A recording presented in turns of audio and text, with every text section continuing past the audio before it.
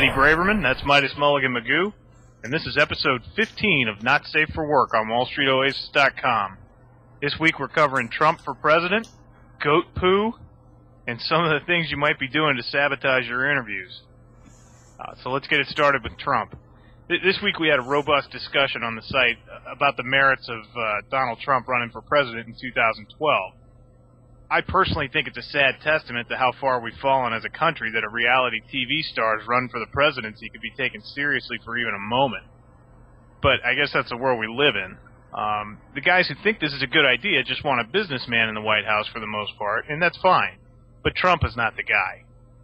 Romney's another name that sort of falls into this category, and his chances are infinitely better than Trump's, but that's not to say he has a good chance, just a better chance than Trump.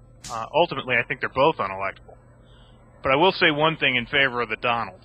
No one in the field of potential candidates has more experience fucking over bondholders. Yeah, and that's right. A skill set. That's a skill set that's going to come in handy for the next president if the government keeps spending at its current pace. What do you think? I think Mr. Trump brings a new meaning to the term gaping asshole, and you can only understand that after you've dealt with him. Shit, you're going to get us sued, man. I can't even get into details about this just because of getting sued, but let's say I had a business a few years back where I dealt with people who dealt with the Donald, and let's say that when legal papers come from him, people hide from the delivery guy. So just going to leave it at that. Look, the bottom line is, the guy's a circus freak. He's basically more Paris Hilton than he is Ross Perot when you look at it. And if you really buy him as a legitimate businessman, then guess what? You're the sucker at the table. The bottom line is, this is another rich kid who got a $400 million inheritance and made it into $450 or $5. I'm not going to get into details about his actual net worth because nobody knows what that number is, including himself. He is the quintessential definition of the who you know or who you blow principle and the physical evidence that in today's world you really don't need to have any sort of skill set as long as you sell yourself and as long as you're a good product. So, for you guys who like he's definitely good at that. Nah, I mean, listen, he should walk around with the for sale sign on his forehead and just become a human affiliate for any product that anybody wants to sell, which is what he is essentially anyway. I mean, he's Phil Green for all you Scorsese guys out there. And he's also the living definition of if you owe the bank $100,000, the bank owns you, and if you owe the bank $100 million, you owe the bank. So, yep. In that regard, I actually would be pretty happy to have him in the White House, because if this guy ever did become president, nobody could ever collect on any of the debts we had. Right. All right. Well, apparently Lehman Brothers stuck J.P. Morgan Chase with a bunch of shit. Goat shit, to be exact. At least that's how inter-office emails from Lehman described the collateral backing up a $25 billion in loans that J.P. Morgan Chase extended after the bankruptcy filing. At the center of the issue is J.P. Morgan's claim that Barclays wasn't forced to buy the toxic assets on Lehman's balance sheet, that they only got the good stuff. And that Lehman then used this toxic shit to induce J.P. Morgan to loan them $70 billion that Lehman knew would never get paid back. Here's a newsflash for Jamie Dimon and the boys. Everyone knew the money wouldn't get paid back. What kind of a retard gives Lehman $70 billion 3 days after they file bankruptcy? Basically J.P. Morgan was trying to rape the corpse of Lehman, and they got fucked over. So I guess Dick Fuld had the last laugh. But it remains to be seen what the court decides. In either case, it's pretty hard to feel sorry for J.P. Morgan on this one. Midas? I see the future. I see a judge with a check in his hand. I see all of this going away. Well, listen, since Jimmy D's bonus is up 22% this year, he shouldn't really be stressing about it too much. That having been said, Dick Fuld is going to continue fucking people in the industry for years to come. I would like to know who he paid off, but I'm sure it was such a long list that we couldn't even really analyze it if we got into it.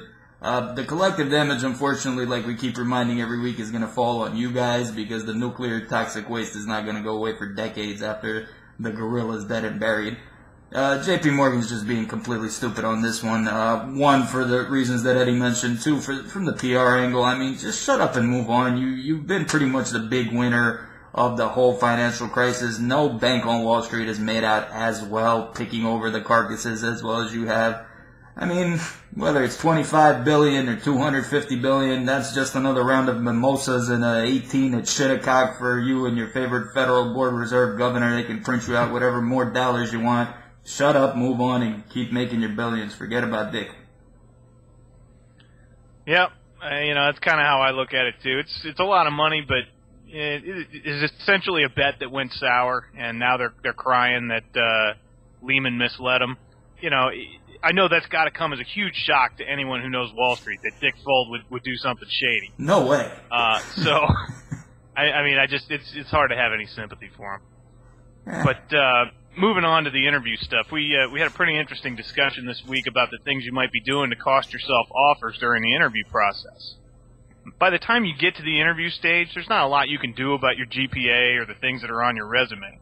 But you do have control over the impression you make on your interviewers and the people you might end up working with.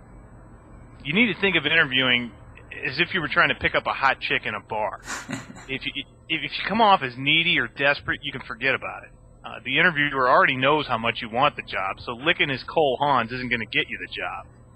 If you're not confident going into the interview, it's your own fault. I mean, there are so many resources available on WSO to prepare for interviews that there's no excuse for not knowing your stuff. So you need to project an air of confidence, and it doesn't hurt to act like you don't need the job. Now, I didn't say act like you don't want the job. I said act like you don't need the job. Be personable but not needy. A little bit of swagger can make a big difference. No one wants to work with a scared, naked little lamb. Midas? Well, I like the hot chick reference, but I also want to reference my eternal favorite topic, which is the feminization of the American male. And the reality is that a lot of you guys watching this program now were raised in that sort of environment. And some of the comments that I read daily really shock me. I mean, in terms of the fact that they're supposedly coming out of the minds of men. Remember, the number one overriding factor in any hiring, whether it's Wall Street or Mickey D's, is, do I want to see this person every day? Do I want to sit across the table from you? Do I want you on my side when we're going into battle, whether it's a literal fight or a negotiation or something like a roadshow?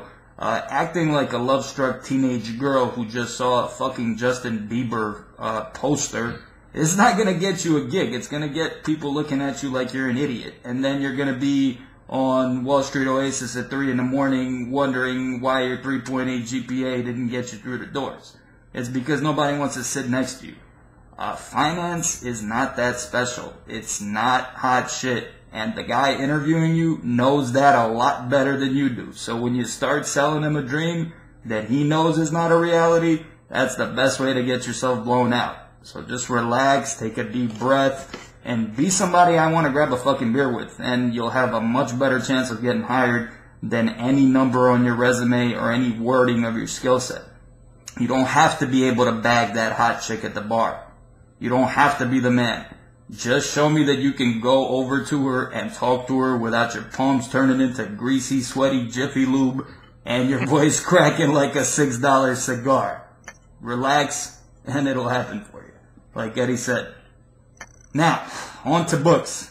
This is a seemingly irrelevant topic, but to me it's always relevant. The author is a gentleman by the name of Václav Klaus. He is also the president of the Czech Republic. The book is called Blue Planet in Green Shackles.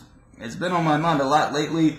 The financial crisis has kind of moved over the whole global warming debate to the side, but it's going to be back. The carbon tax and the hallucinatory myth of global warming, in my opinion, is a shitstorm waiting to happen, and it's all on the other side of all this Wall Street shenanigans and regulatory BS.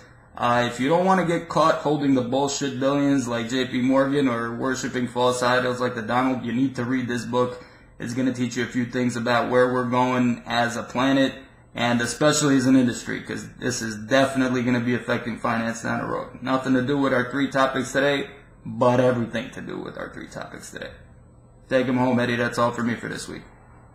Yeah, well, my book doesn't really have anything to do with what we're talking about today either. My book of the week is The 4-Hour Body by Tim Ferriss. I knew that was coming. Yeah, I wanted to wait until I had some results to report before I recommended the book dates. So, I guess today's as good as any. You got a few times off the top though. That works. Yeah, I got the haircut. But you guys know I've been wanting to lose weight. At 5'9", 235 pounds, it wasn't just unhealthy. I looked like a slob. So I started using Ferriss's advice on January 3rd, specifically his slow-carb diet. I'm telling you, it's the easiest diet in the world to stick to. And when I got on the scale this morning, I was at 209.8. So in just about 7 weeks, I've lost just a shade over 25 pounds. The book has a ton of other great fitness info in it, so definitely check it out. But the diet kicks ass for anyone serious about losing weight. And just so you don't think I'm bullshitting you, I'll put a link on this post to a profile I created over at Daily Burn.